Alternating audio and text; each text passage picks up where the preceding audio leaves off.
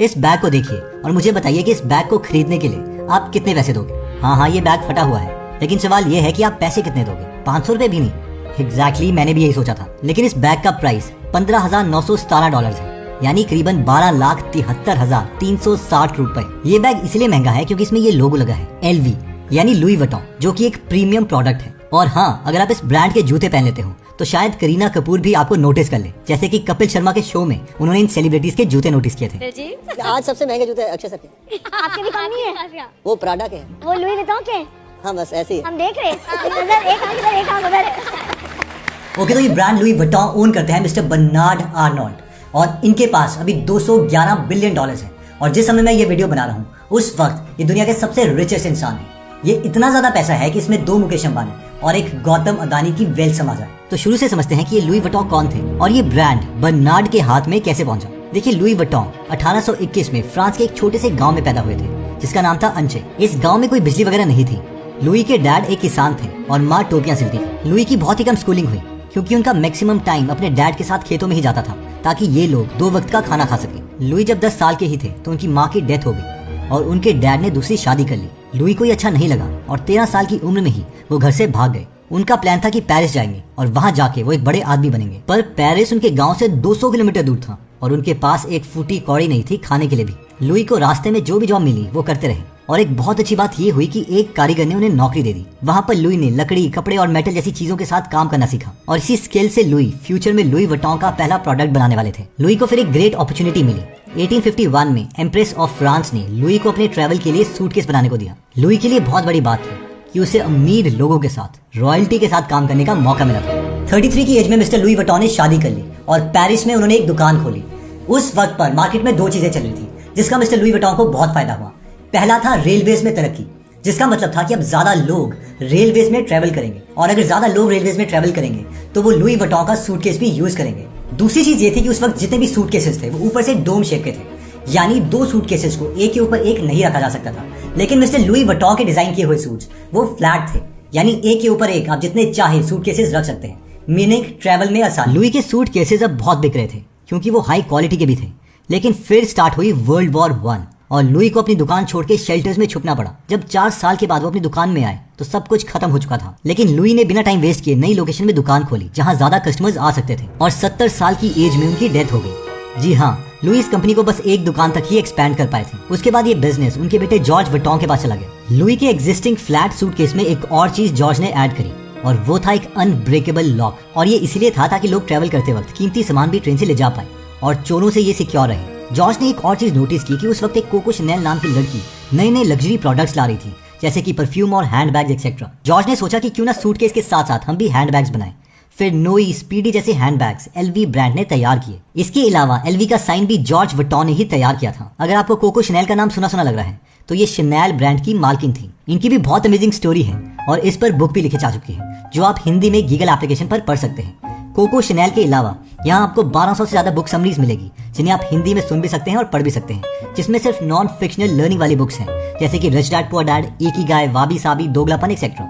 हम कोई love story वगैरह इसमें नहीं डालते, जिसका मतलब है कि ये हम अपनी फैमिली को भी सजेस्ट कर सकते हैं। तो इस ऐप को जरूर डाउनलोड करें एंड ट्रस्ट मी, गीगल आपका लाइफ लॉन्ग फ्रेंड रहेगा। इस ऐप का लिंक मैंने डिस्क्रिप्शन और फर्स्ट कमेंट में दे दिया है। Coming back to Louis Vuitton brand, 1936 में जॉर्ज वुइटन की भी डेथ हो गई और ये बिजनेस पास किया गया जॉर्ज के बेटे गैस्टन वुइटन को। उस वक्त वर्ल्ड वॉर 2 चल रही थी तो गैस्टन वुइटन को फैक्ट्री बंद करके छुपना पड़ा। लेकिन इन पर एलिगेशंस है कि बाद में इन्होंने अपना बिजनेस चलाने के लिए नाजी जर्मनी के साथ कोलैबोरेट किया और वर्ल्ड वॉर 2 के दौरान, यानी पूरे 6 साल तक, 1939 से 1945 तक, वो अपना बिजनेस पेरिस की सबसे पॉश लोकेशन में चलाते रहे। कंपनी का स्टेटमेंट में ये कहना है कि अगर गैस्टन उस वक्त ये ना करते तो ये ब्रांड कभी सरवाइव कर ही नहीं पाता। इसके बाद 1970 में गैस्टन की भी डेथ हो गई और इस बिजनेस का कंट्रोल मिला गैस्टन के दामाद हेनरी रैकमेयर को। हेनरी वुइटन फैमिली से अलग थे और उन्हें पहले से काफी बिजनेस एक्सपीरियंस था, इसलिए आते ही उन्होंने कंपनी को एक्सपैंड करना स्टार्ट कर दिया।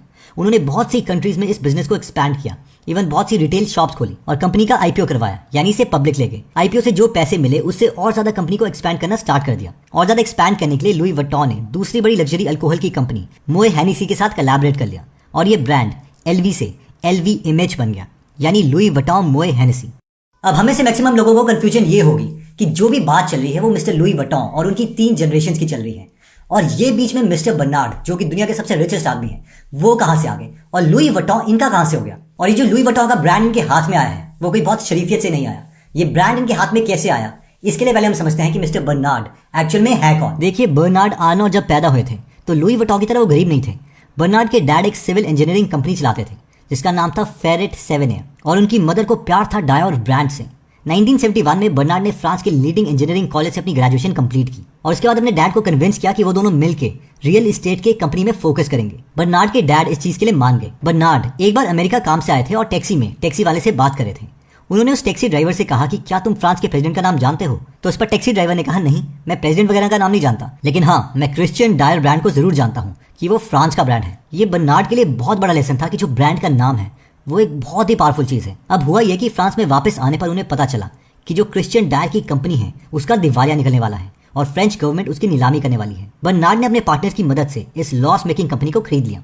इसके बाद अगले 2 साल में मिस्टर बर्नार्ड ने 9000 एम्प्लॉइज को निकाल दिया, जिसकी वजह से इन्हें ये निकनेम भी मिला, द टर्मिनेटर। अब उन्होंने ये नई खरीदी पूरी मेगा कंपनी के सारे बिजनेसेस बेच दिए, सिर्फ 2 बिजनेसेस के बजाय। पहला था क्रिश्चियन डायर और दूसरा था ली बॉन मार्शे। 1987 तक आते आते बर्नार्ड ने इस कंपनी की दिशा चेंज कर दी। ये कंपनी प्रॉफिटेबल हो गई और इस कंपनी ने $1.6 बिलियन का रेवेन्यू किया। इस समय तक बर्नार्ड गैस्टन वुइटन के दामाद हेनरी रैकमेयर के फ्रेंड बन चुके थे और जब एलवी और इमेज ब्रांड का मर्जर हुआ था तो हेनरी ने तो ये सोच के मर्जर किया था कि इमेज के साथ कंपनी मिला के वो जल्दी से ग्रो करेंगे। लेकिन हेनरी की मोए हेनेसी कंपनी के प्रेसिडेंट के साथ बन नहीं रही थी। वो इतने फ्रस्ट्रेट हो गए कि उन्होंने अपने पुराने फ्रेंड बर्नार्ड के बारे में सोचा कि ये सिचुएशन में उनकी हेल्प करेंगे। हेल्प का तो पता नहीं, लेकिन उस वक्त बर्नार्ड LVMH ब्रांड में बहुत इंटरेस्टेड हो गए थे और वो इस कंपनी का पूरा कंट्रोल चाहते थे। 1988 में बर्नार्ड ने $1.6 बिलियन खर्च करके एक होल्डिंग कंपनी बनाई। इस कंपनी ने धीरे धीरे LVMH के शेयर्स खरीदना स्टार्ट कर दिया जो कि पब्लिकली अवेलेबल थे। 24% LVMH के शेयर्स इस कंपनी ने खरीद लिए। इसके बाद बर्नार्ड ने $600 मिलियन और खर्च करके LVMH के 13.5% शेयर्स और खरीद लिए, जिससे वो पूरी कंपनी के सबसे बड़े शेयर होल्डर बन गए। जब ये बात हेनरी को पता चली तो उन्हें बहुत गुस्सा आया और उन्होंने बर्नार्ड के ऊपर केस कर दिया, लेकिन कोर्ट में ये केस बर्नार्ड जीत गए। इसके बाद बर्नार्ड ने कंपनी का एक्सपेंशन स्टार्ट कर दिया और 11 सालों में कंपनी के प्रॉफिट को 5 गुना कर दिया। उन्होंने एक के बाद एक लग्जरी ब्रांड्स की कंपनी को खरीदना स्टार्ट किया। 1994 में LVMH ने परफ्यूम फर्म गुरेलेन को खरीदा, 1996 में लो को, फिर मार्क जेकोब्स को, फिर सेफोरा को, फिर थॉमस पिंक को, फिर एमिलियो पुची, फेंडी, DKNY और फिर ला सेमोरिटे। 11 दिसंबर 1999 में न्यूयॉर्क में द मोस्ट फेमस 24 मंजिला LVMH टावर भी बनाया गया। इतना ही नहीं, बर्नार्ड की नजर इटालियन लेदर कंपनी गुची पर भी पड़ी और उन्होंने छुपके से इसके शेयर्स खरीदना स्टार्ट कर दिया और 5% तक गुची के शेयर्स खरीद लिए। जैसे ही गुची को इस साजिश का पता चला तो उन्होंने इसे क्रीपी टेकओवर की साजिश कहा। जैसे ही असलियत सबके सामने आई तो बर्नार्ड रुके नहीं, उन्होंने गुची के शेयर्स 34.4% तक खरीद लिए। गुची को फिर एक नई टेक्निक का पता चला कि अगर वो अपने एम्प्लॉइज को और शेयर दे दे तो बर्नार्ड के जो गुची में परसेंटेज की टर्म्स में शेयर है वो कम हो जाएंगे। सितंबर 2001 तक यही चलता रहा। फिर बर्नार्ड ने गुची के सारे शेयर $700 मिलियन के प्रॉफिट में सेल कर दिए और गुची का सपना छोड़ दिया। LVMH अभी 70 से भी ज्यादा ब्रांड्स को ओन करता है और 1.5 लाख से ज्यादा लोग इनके लिए काम करते हैं। बर्नार्ड का मानना है कि अगर इस तरीके का लग्जरी ब्रांड बनाना है तो उनका बिजनेस फैमिली बिजनेस ही होना चाहिए, वरना वो ब्रांड सस्टेन नहीं कर पाएगा। इसलिए अभी बर्नार्ड के 5 बच्चे हैं 2 पत्नियों से जो उनका सारा बिजनेस संभालते हैं। डेल्फिन आर्नो चेयरमैन और CEO हैं क्रिश्चियन डायर की। Alexandre Arnault EVP Tiffany and Co के चेयरमैन हैं। एंटोइने आर्नो CEO हैं क्रिश्चियन डायर SE के। फ्रेडरिक आर्नो CEO हैं टैग ह्यूअर के। जे आर्नो डायरेक्टर हैं लुई वुइटन वॉचेस के। ओके, तो coming back to the reality, देखिए मैंने जितने भी मिस्टर बर्नार्ड के इंटरव्यूज देखे उसमें वो एक ही बात कहते हैं कि मेरे लिए लग्जरी का मतलब है कि अगले 5-10 सालों में लोग मेरे ब्रांड को कैसे परसीव करेंगे। अगर मैं उनके मन में डिजायर क्रिएट कर सकता हूँ, एक इच्छा क्रिएट कर सकता हूँ, तो मैं उसे एक लग्जरी ब्रांड मानता हूँ। और अगर मैं इच्छा क्रिएट नहीं कर सकता तो वो लग्जरी ब्रांड नहीं। इसके साथ जो मुझे लगता है कि 4 जनरेशन लगी इस ब्रांड को खड़ा करने के लिए। लुई वुइटन इस बिजनेस को सिर्फ एक शॉप तक खोल पाए। उनके बेटे जॉर्ज ने उसे थोड़ा सा एक्सपैंड किया, नए प्रोडक्ट्स लाए जैसे कि हैंडबैग्स एक्सेट्रा।